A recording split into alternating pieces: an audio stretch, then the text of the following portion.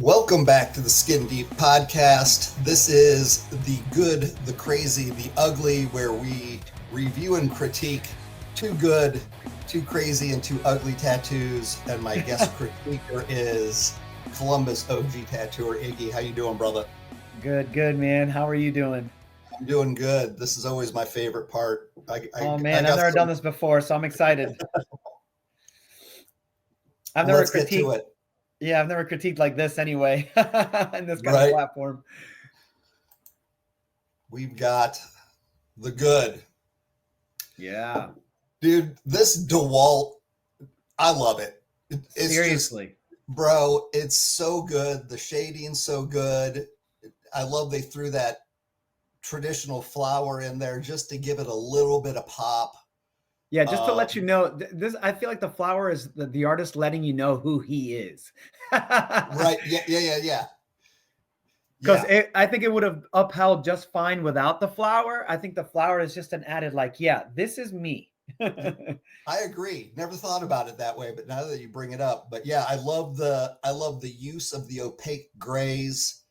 Yes. Um, if you start really looking at that gold, there's a couple different tones just to give it a little bit of depth so you see the inlay and the texture. This could have easily been a two-dimensional tattoo. I think they did Totally. a great job of bringing this to life and It's making just it. pushing those boundaries, right? Like just ever so slightly pushing the boundaries of what we consider to be, either traditional or obviously more of a neo-traditional kind of style, or maybe a combination of the two. But I couldn't agree more with you. I also think that this artist really uh, paid close attention to the highlighted areas to make sure that those were accurate, so that you do get this sense of three-dimensionality, but also the accuracy of making that DeWalt, drill look real, right? Because even Yes. though it's a neo-traditional style tattoo, you still kind of get the sense of this strong three-dimensionality to it. But my favorite part about the tattoo is the black work. I love the color, and it's beautiful and it's bold. Yes, it looks amazing, but just such great saturation of black really pushes the contrast. And obviously it's a win in my book. It's just beautiful. Yeah. Hit the light sources perfectly. Totally. Solid Next line work. next one up. This is a ballsy move tattoo. I would and I'm gonna be that guy. I'm gonna say I wonder how it holds up over the test of time. But regardless, a fucking color portrait with no black, using reds, oranges, and yellows, but smart enough to frame it with the black. Right.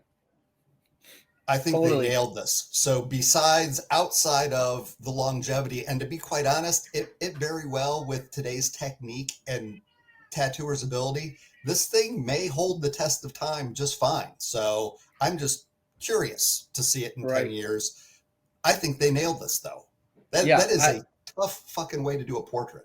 I mean, it's definitely not an easy tattoo. I mean, anything on the foot is not easy, right? I mean, you and I know, even doing like a simple black line based tattoo on the foot is not easy. And then let alone to like have a tattoo like this where it sort of warps over the arch and the bridge between the foot and creeping up towards the ankle where the foot really curves is not easy to tattoo by any means. I agree with you. I even if, let's say, the portrait section of the tattoo doesn't survive the test of time, that artist could go back in there and just kind of brighten it up and lighten up the color without ever worrying or having to touch that black work, because that black work is so saturated. And Yep. with feet I feel like it's a 50-50. And all I mean by that is, think about it. We spend most of our lives with socks and shoes over our feet. Yep. So, the elements aren't going to necessarily be a factor on this tattoo. It's just the natural and normal wear and tear of the skin of the feet, where, it could potentially have an effect. So you just never know. But I agree. I think it's beautiful. It's bold. And it's bold in more ways than one. And that color saturation really pops up against that black frame. Yeah. On to the crazy.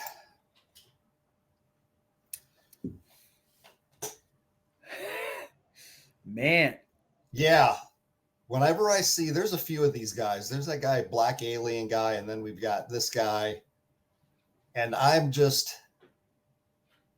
my question always goes to, and unfortunately, we can't get a great picture, but that it looks like this tattoo's done really well and is creepy as fuck, Yeah. which is what he's going for. I want to know the backstory. I Yeah. want to know the why. That's what always kills me about this is like, give me 30 minutes to sit down. Let me buy you a coffee. No judgment. Just Right. give me the why. I just want to know because Right. it's so out of the realm of what I would do to myself. Of course. Or what we consider to be socially normal, right? Like, and that's all a bunch of bullshit anyway. But yeah, I totally agree. Like, what's the backstory? What's the inspiration, I would say, behind wanting to, completely change your physical identity? Because that's what this is, right? This is a full shift in change of physical identity. I 100%. I agree with you. It's very well done and it's super saturated and there's a lot of really great, black work put in there and there's great, highlighted areas to show the different textures, right? And how they sort of overlap and underlap, and how it plays with the anatomy, it's very well done. But I would say this from an artist point of view, there's going to be a big difference in the way this tattoo will look 10, 15, 20 years from now, comparing from the face to the chest. If this person, lives in a climate where they're going to get a lot of sun exposure, Yep. and you know how it is on the face, on the ears, on the hands, on the feet, just skin regenerates in a much faster way. So those things will shift and change much quicker with time. So it makes me wonder, as time continues on and the wearer begins to see a shift or a change, will they opt to either resaturate or will they maybe shift direction, right? Because you know how it is, tattoos, if they fade enough, you can change them. Yep. You can not just cover them, but redirect the way that the tattoo looks. So it makes me wonder, not just like what the inspiration was, but then what will they do in terms of how time itself will change the way their tattoos look. Yeah. The Tom and Jerry, dude,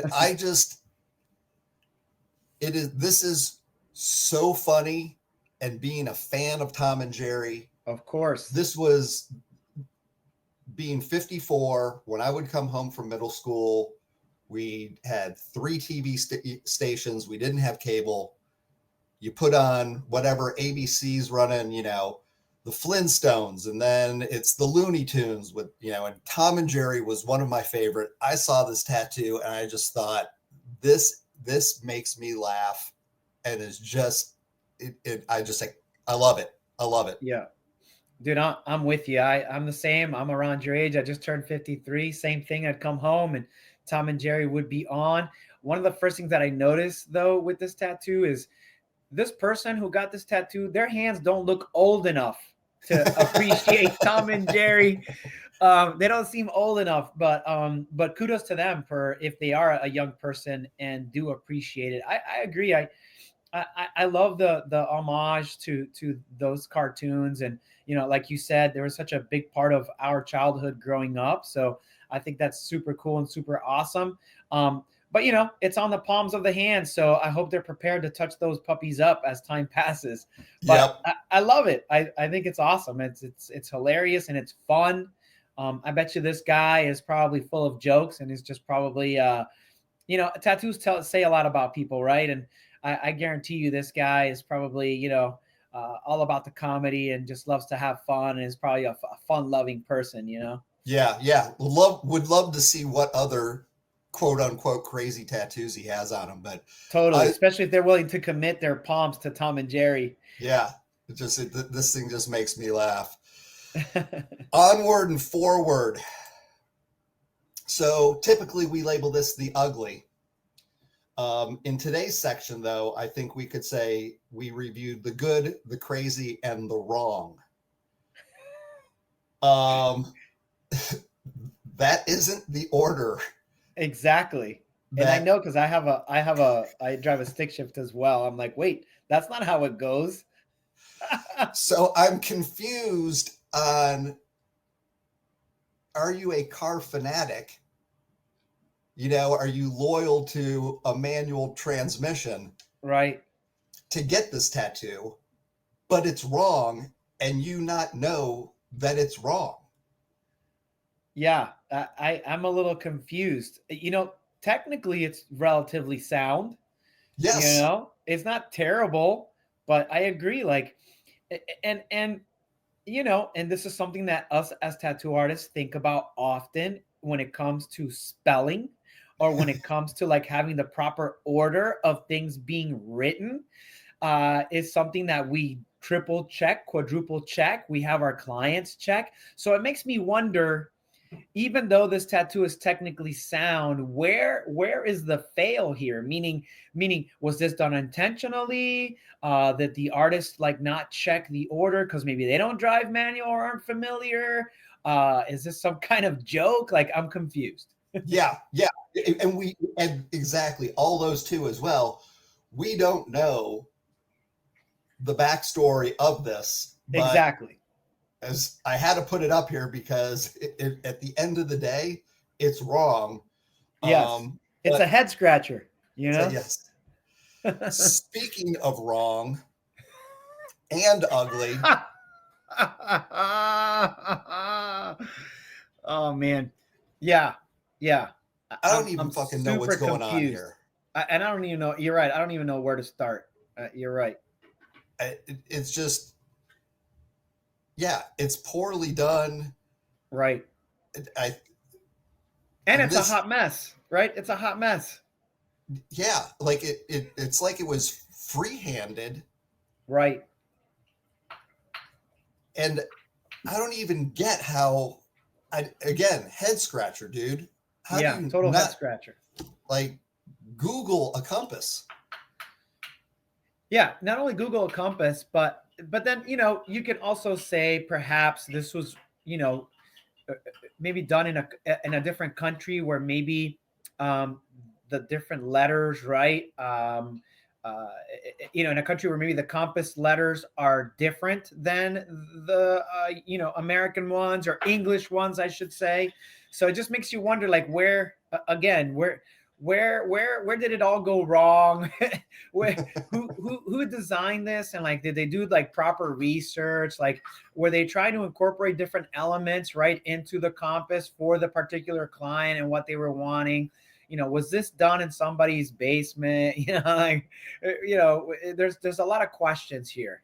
yeah, but and you kind of feel bad for the person too wearing it, right? Like, you know, it's on their back, you know, like hopefully they either had some laser removal done by now, or hopefully maybe a good cover up. Who knows? Yeah, but yeah. Anyways, ultimately, utter fail.